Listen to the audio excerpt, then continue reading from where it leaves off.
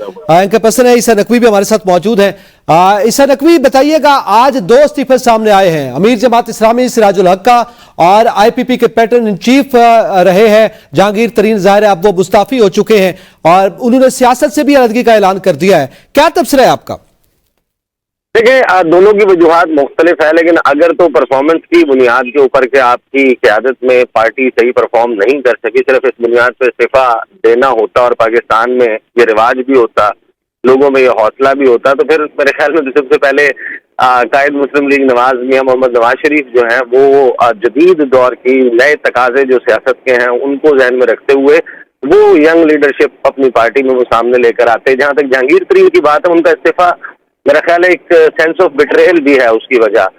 जिस तरीके से वो इस्तेमाल हुए, जो कुछ उन्होंने खिदमात फराहम की, उसके जवाब में उनकी जो लोधरा की सीट है वहाँ पर एडजस्टमेंट ना होना, और फिर जहाँ बहुत सारे लोग जीत गए और जिनकी जीत के हवाले से बहुत से किस्से ज़बान ज़द आम हैं, तो वो जो मेहरबानी है वो क्योंकि जहांगीर तरीन पर नहीं हुई, तो उनको एक सेंस ऑफ बिट्रेयल भी था कि मैंने इतना कुछ किया और जवाब में मुझे क्या मिला, और अब ये भी एक्सपेक्ट करना। फिर जाहिर है कि उनके ऊपर एक प्रेशर भी था कि तो ये अपनी सीटें जीतते, उसके बाद ये बात कोई आज से नहीं, तकरीबन 6 महीने से चल रही थी कि एक जहाज उड़ेगा, एक हेलीकॉप्टर उड़ेगा और जो आज़ाद उम्मीदवार इलेक्ट होंगे उनको शामिल करवाया जाएगा आईपीपी में, और आईपीपी की बड़ी गेम बन जाएगी।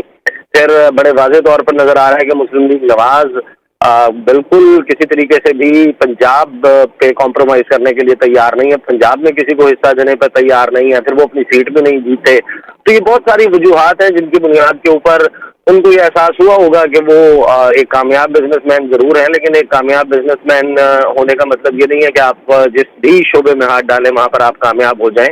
पैसा बहुत मैटर करता है पाकिस्तान की सियासत में, लेकिन पैसा सब कुछ नहीं होता। अब तकाजे तब्दील हो रहे हैं, सियासत तब्दील हो रही है, और ये एक नया इशारा भी है कि पंजाब, अभी बलूचिस्तान और इंटीरियर सिंध के बारे में मैं ये बात नहीं कह रहा, लेकिन बाकी पाकिस्तान जो है वहाँ पर इलेक्टेबल्स की सियासत, इलेक्टेबल्स का जोर के सियासी जमातों की मजबूरी है इलेक्टेबल्स को लेना, ये शायद फिनोमिना अब डाई डाउन हो रहा है। ये बड़ी आम बात की है आपने ईसा, यकीनन जी। इलेक्टेबल्स की सियासत के हवाले से यकीनी तौर पर जहांगीर तरीन का इस्तीफा, ना सिर्फ इस्तीफा बल्कि जो इस वक्त सियासत से अलहदगी है, ये एक बड़ा अहम मामला है कि बिलखुसूस अगर पंजाब और फिर जनूबी पंजाब की बात करें। मैं उमर दराज आपसे ये जानना चाहूँगा, जाहिर है हम जब सिराजुल हक साहब की बात करते हैं तो उन्होंने ग्रेसफुली उन्होंने शिकस्त को भी तस्लीम किया और फिर उन्होंने अपनी परफॉर्मेंस के हवाले से कहा कि जाहिर है वो नहीं दे सके तो वो मुस्ताफी हो गए।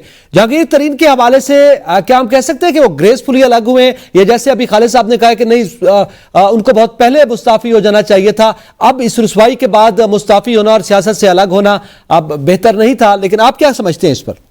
देखिए, ये तो हर किसी की राय है। मेरे ख्याल से पाकिस्तान की सियासत का ये मस्बत पहलू है, हमें इसकी तारीफ करनी चाहिए कि कम से कम चले।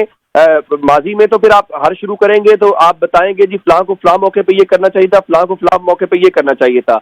असल मामला ये है कि सियासी जमातें सभी इलेक्शन में गईं, सबकी तवक्कुआत थी, दावे थे, नारे थे, अवाम ने मैंडेट नहीं दिया, उन्होंने उसकी जिम्मेदारी कबूल की और वो उससे अलग हुए। मेरे ख्याल से ये बिल्कुल ऐन जमहूरी रवैया है, इसकी तारीफ होनी चाहिए और ये तमाम सियासी जमातों को भी इसकी पैरवी करनी चाहिए। लेकिन अब सबसे दिलचस्प सवाल सिर्फ ये होगा कि अगर इस पैरामीटर को या इस पैमाने को हम रख लें कि जी जमात इस्लामी के अमीर कह रहे हैं कि तवक्कुआत के मुताबिक कामयाबी नहीं मिली तो वो अमारत से अलग हो रहे हैं, और इस्तेकाम पाकिस्तान पार्टी जो है अगर वो कहे कि हम नहीं जीत पाए तो जहांगीर खान तरीन अलग भी हो रहे हैं और सियासत भी छोड़ रहे हैं। अब इस पे परवेज खटक क्या करेंगे? क्या परवेज खटक का भी इस्तीफा आएगा?